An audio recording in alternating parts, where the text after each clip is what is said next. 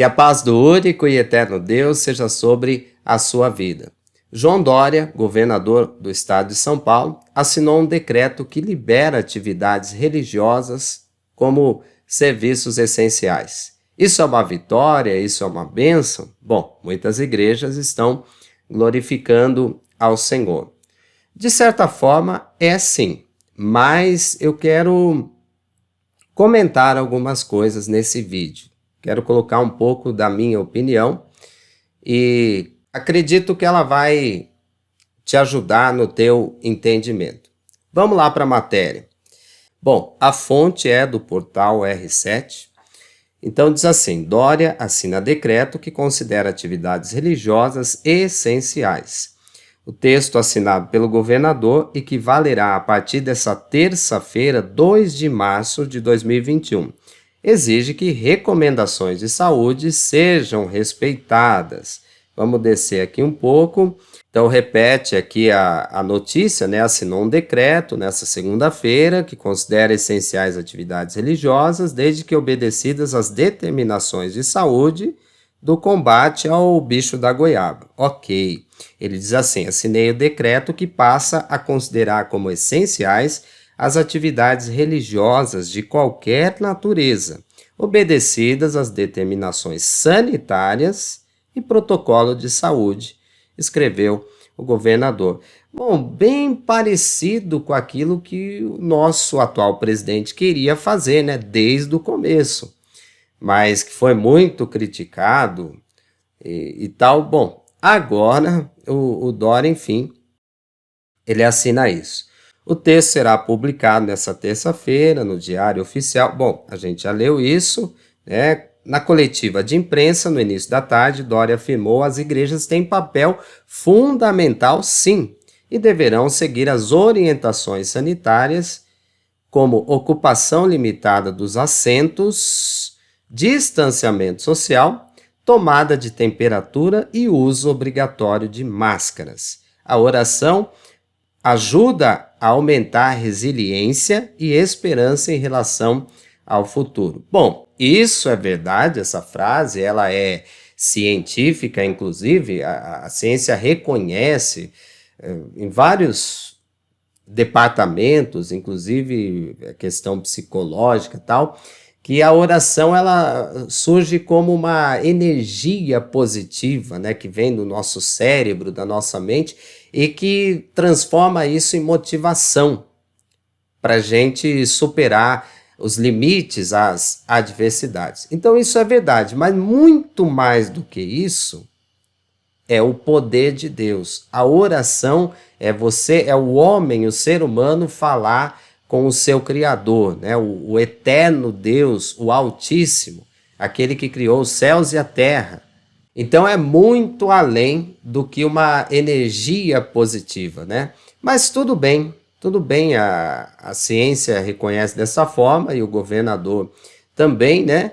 Mas tá, a gente só tem que seguir aqui umas orientações. Vamos ver de novo? Então diz assim, orientações sanitárias, né? Ocupação limitada dos assentos.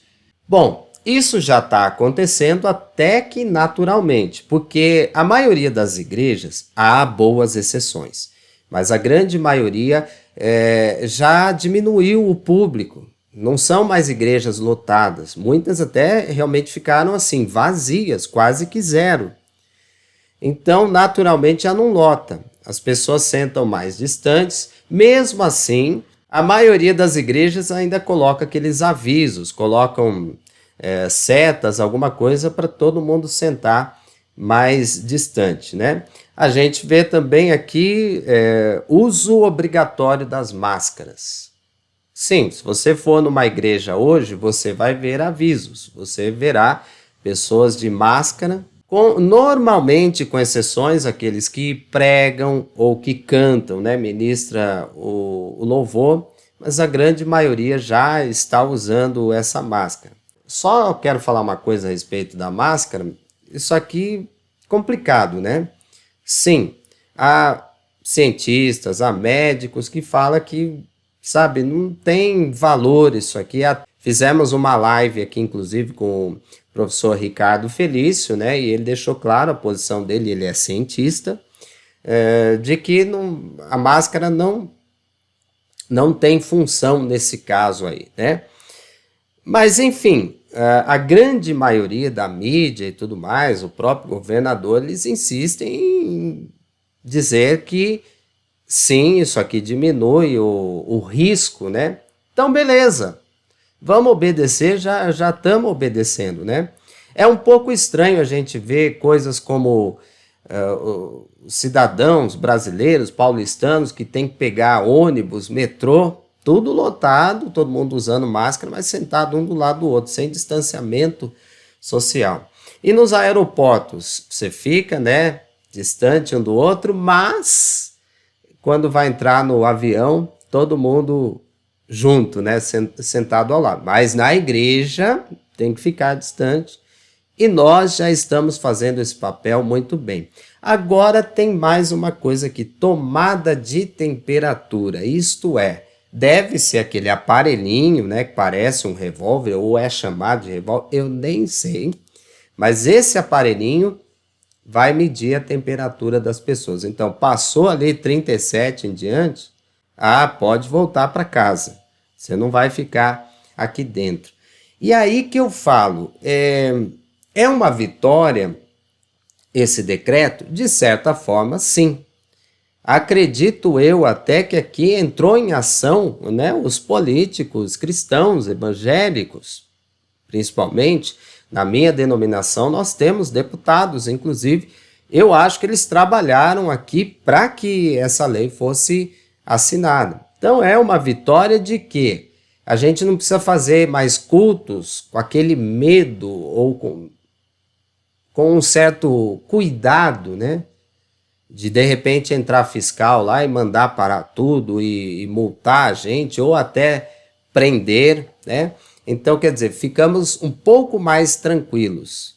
Por outro lado, eu não vejo muito positivo porque estão limitando a pregação do evangelho. Então, vamos lá, eu vou dar um exemplo. Esse mês de janeiro, na minha denominação, foi um evento grande aí, então eu fui convidado a pregar em várias de nossas igrejas. E assim, algumas delas já tinha esse revólver, essa maquininha para medir a temperatura. Mas como eu era o pregador, o preletor, né? Então ninguém mediu nada, tudo tranquilo. Mas teve uma que mediram aqui como é que estava a minha temperatura. Já pensou se ela tivesse alta? E eu, o pregador da noite, o preletor, ia ter que pedir desculpa para todo mundo e ir embora para casa. De repente você pode achar normal. Bom, quem é pregador do verdadeiro evangelho, né, o evangelho que Cristo, Jesus Cristo e Yeshua HaMashiach trouxe para nós, fica complicado. Sabe, se você pegar o livro de Marcos, lá pelo capítulo 1, a partir do versículo 29, inclusive foi a pregação desse domingo agora. E eu ainda falei para a igreja no qual eu pastoreio que se porventura o povo entrasse na igreja e tivesse essa maquininha para medir temperatura, é porque foi uma ordem e a gente foi obrigado a colocar. Porque da minha parte, eu não tenho essa convicção, sabe? Então, eu vou falar por quê. O texto de Marcos, no capítulo 1, versículo 29, Jesus ele cura a sogra de Pedro. E tem algumas coisas ali. Primeiro, né, rogaram a ele, pediram para que ele fizesse esse milagre. Qual que era o problema dela? A temperatura estava muito alta. Provavelmente ela estava com uma pneumonia ou algo assim, sabe? Mas não, a Bíblia traz a palavra febre, porque pneumonia é algo mais moderno, não existia na época esse nome. Então, a Bíblia colocou de outra forma. Mas a temperatura estava super alta, ela acamada. E se fosse nos dias de hoje, Jesus iria entrar na casa, né, de máscara, todo mundo com a máscara, ele ia ordenar distanciamento social. Não sei se ele ia fazer uma oração por ela, provavelmente não. Ele ia falar, acho que ele nem ia entrar na casa. Opa, pera aí, a temperatura dela tá alta? Gente, vambora, né? Isola, inclusive. Olha só, em uma cidade aí do Paraná, né? Eu falo isso porque a minha irmã, que é pastora, tá lá. Então acontece assim, sabe? Uma temperatura alta, eles isolam a cidade, eles colocam, cancela aquela faixa, sabe aquela faixa amarela, por exemplo, teve acidente, a polícia está fazendo perícia ali, então eles isolam, né? Colocam aquela faixa amarela para ninguém passar, para ninguém entrar ali, né? Do outro lado. Então nessa cidade faz isso, não sei se no estado todo. Como que ficaria Jesus nessa situação, gente? Ele foi lá, ele curou, e de que forma que ele cura a sogra de Pedro? Ele toca nela, ele pega e a levanta e puxa, e ela fica de pé, né? Será que depois que ele tocou nela, ele pediu álcool gel, ou ele lavou a mão? Deixa eu lavar a mão, senão... É isso que a gente tem que fazer? Sério? Seria isso que Jesus iria fazer também? Então, gente, tem o lado positivo, né, que eu já expliquei, mas a questão é o lado triste, que nós estamos sendo limitados. Querendo ou não, sabe? Já pensou? Irmão, você tá com febre aí, como é que faz? Volta para casa, né? Talvez alguns falem, mas deixa eu orar primeiro. Aí ele ora e testa de novo, se tiver com febre, vai embora. É assim agora. Pois eu digo uma coisa, Jesus Cristo continua curando. Hebreus 13:8 diz que ele é o mesmo ontem, hoje e eternamente.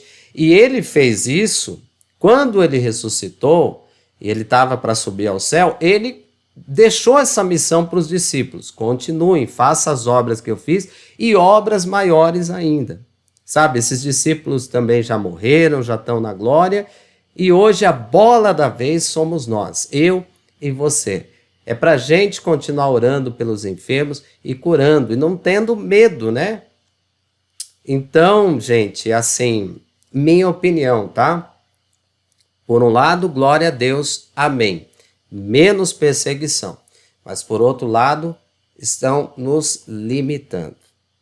A gente tem que se adaptar, né? Sim, temos que nos adaptar.